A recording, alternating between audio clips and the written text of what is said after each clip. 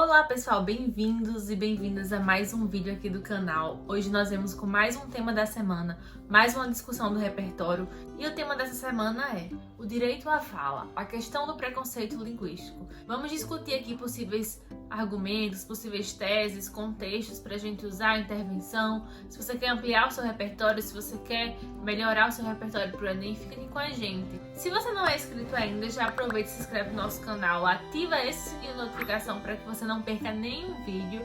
Curta e compartilhe esse vídeo com todos os seus amigos para que possa chegar ao maior número de pessoas possíveis e que a gente possa estudar juntos para o Enem. Me segue lá nas redes sociais, no meu Instagram, no Instagram do projeto, tá? Então a gente sempre tá interagindo por lá. Vamos juntos então discutir sobre esse tema tão importante.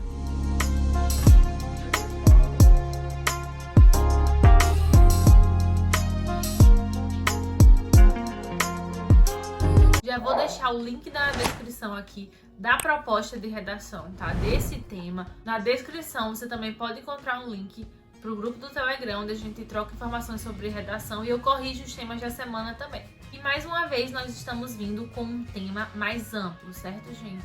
Um tema que é mais difícil de fugir, então a questão do preconceito linguístico.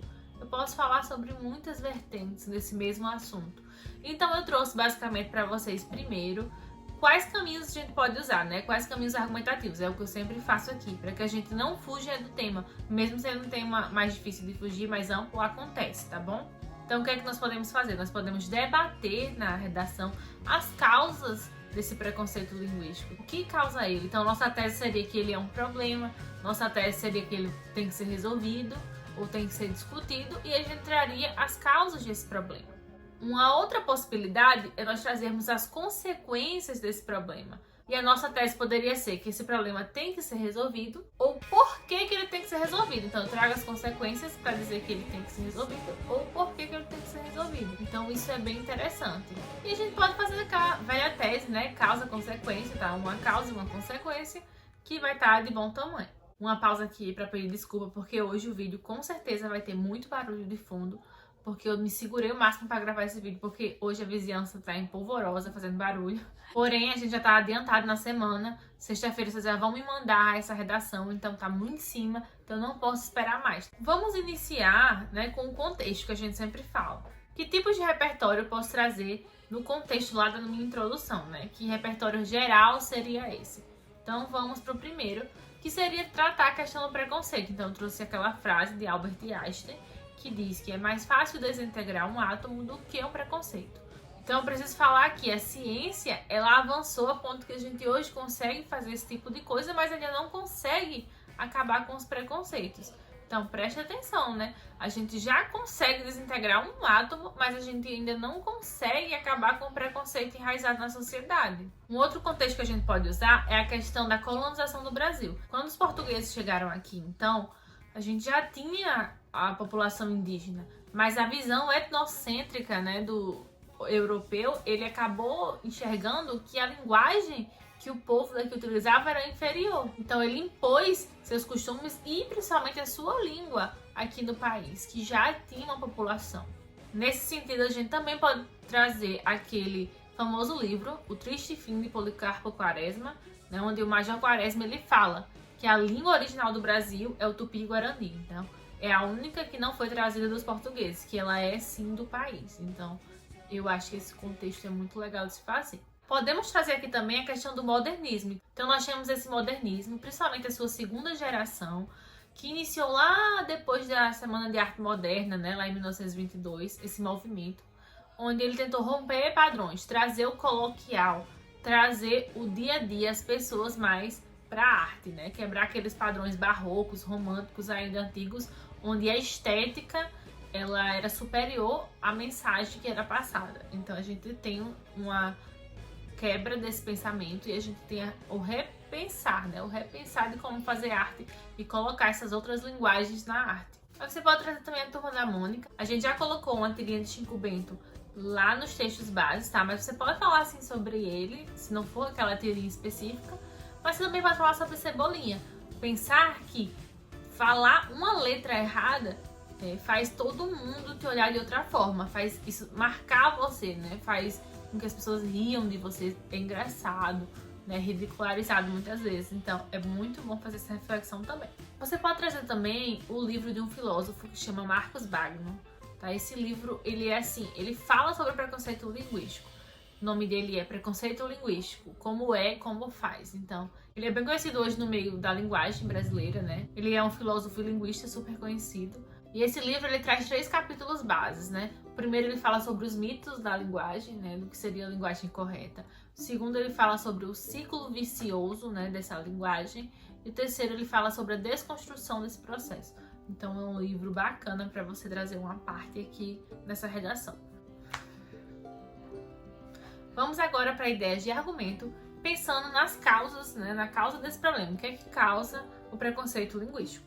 A primeira coisa é o preconceito socioeconômico. Então a gente sabe que as pessoas que têm menos poder aquisitivo, elas têm menos acesso à educação de qualidade, porque a educação pública, por ineficiência governamental, ela é defasada. Então você tem pessoas que não têm um acesso bom à educação. Então você sabe, você relaciona as pessoas com baixo padrão aquisitivo a pessoas também que falam errado. Então eu tenho esse preconceito já socioeconômico.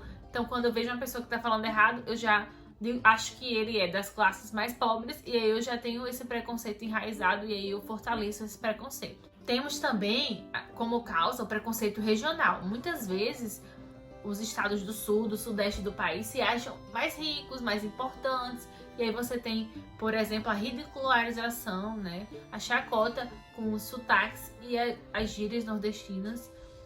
Um exemplo muito importante disso é o filme Que Horas Ela Volta. Eu vou falar ele várias vezes aqui durante esse ano, porque ele traz uma questão social muito carregada, né? É um filme com Regina Casé, que ela ganhou vários prêmios com esse filme. E além de falar sobre a questão da empregada doméstica, divisão de classes, estudo como transformador social, como esperança, ele também traz a questão do preconceito linguístico quando a gente pensa na personagem, né? Ela e na filha, que vem de Pernambuco. O jeito que ela fala, né, a forma que ela se comporta, então vira uma caricatura. A gente vê o estereótipo padronizado nordestino. Eu sou nordestina e eu digo pra vocês, temos vários estados no Nordeste e em cada estado o sotaque e as gírias são diferentes. Dentro do próprio Nordeste, quando eu vou para outro estado, eu reconheço o sotaque diferente, eu não reconheço determinadas palavras. Então parem de padronizar, tá? O Nordeste não é uma coisa só, não são os paraíbas, tá? Nós temos vários estados e nós não podemos estereotipar. Esse padrão, ele acaba sendo um preconceito também.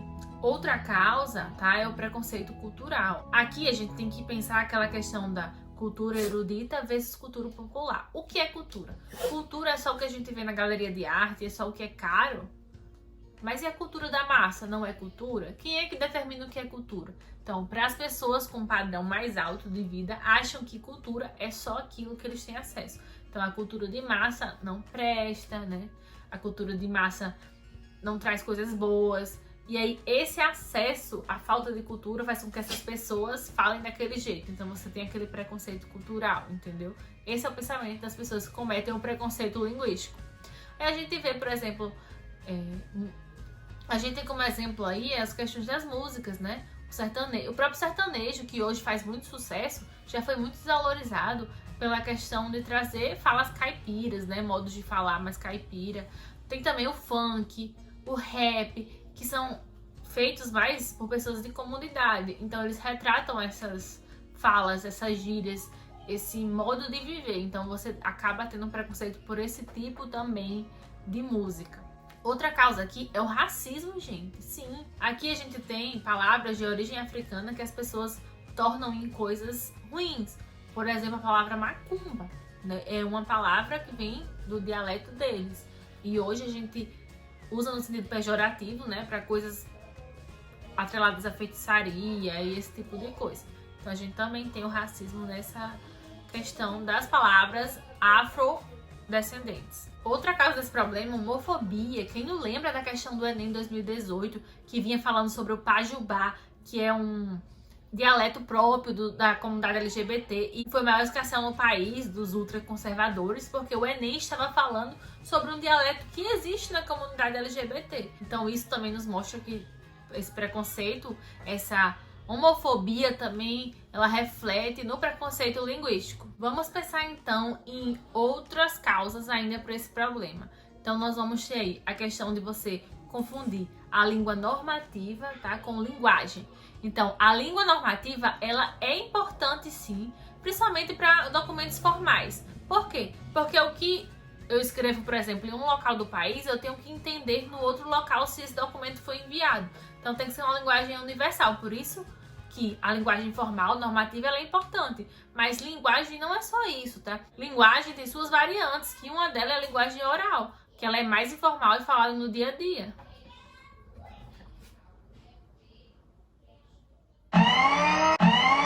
E aí a gente vem com um ponto crucial, que é a escola, muitas vezes ela ensina a língua, mas ela não mostra as suas variantes. Então ela ensina só a língua normativa e não fala dessas variantes, né? Não é amplamente discutido sobre isso.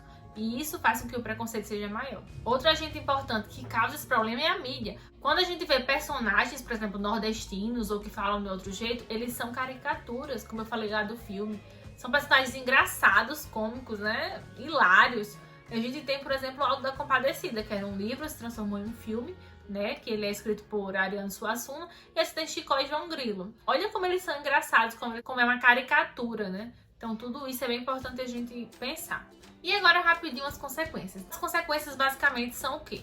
A língua como ferramenta de dominação, ou seja, aquela classe dominante continua dizendo que é dominante, tendo mais um aspecto para mostrar superioridade, né? Você tem também a exclusão social, constrangimento. Muitas vezes o indivíduo ele para de frequentar um círculo de amizade, para de conversar com as pessoas porque ele tem vergonha das pessoas rindo do jeito que ele fala. Tem também a questão da ciclicidade da pobreza. O que acontece? Você não tem condições socioeconômicas, e aí você não teve acesso a uma boa educação, você não sabe falar da maneira correta o português normativo, e aí você não consegue um emprego dos melhores postos. Por quê? Porque nas entrevistas tem o preconceito linguístico, porque você tem medo, tem a exclusão social, e aí você acaba pegando os postos mais baixos, né, piores, e aí você acaba nesse ciclo vicioso, né, da pobreza, das famílias, dessa questão do preconceito linguístico como manutenção dessa divisão de classes. Você pode falar aqui de Durkheim com seu fato social. Ele fala que o fato social é uma maneira coletiva de agir, de pensar, que vem dotada de exterioridade, generalidade e também coercitividade, ou seja, é algo que é coercitivo, é algo que é mais forte que eu, é algo que me obriga a fazer aquilo. Como intervenção, o que a gente pode fazer? Então, a mídia pode trazer essas outras variantes, né, nos seus programas, nas suas novelas, nos seus filmes, sem essa visão de caricatura, mas com a visão mais normal. O governo ele pode fazer campanhas publicitárias junto com essa mídia para que a gente possa acabar um pouco com esse preconceito.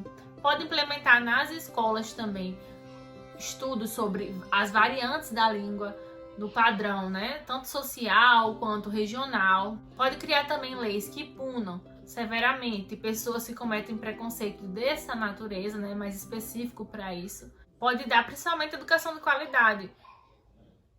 Dar uma educação que seja capaz de melhorar essa educação defasada e fazer com que as desigualdades sociais diminuam um pouco. Então tudo isso o governo pode fazer. Então é isso, gente. Eu espero que vocês tenham entendido alguma coisa. Desculpa pelo barulho mais uma vez. E é isso. Até a próxima.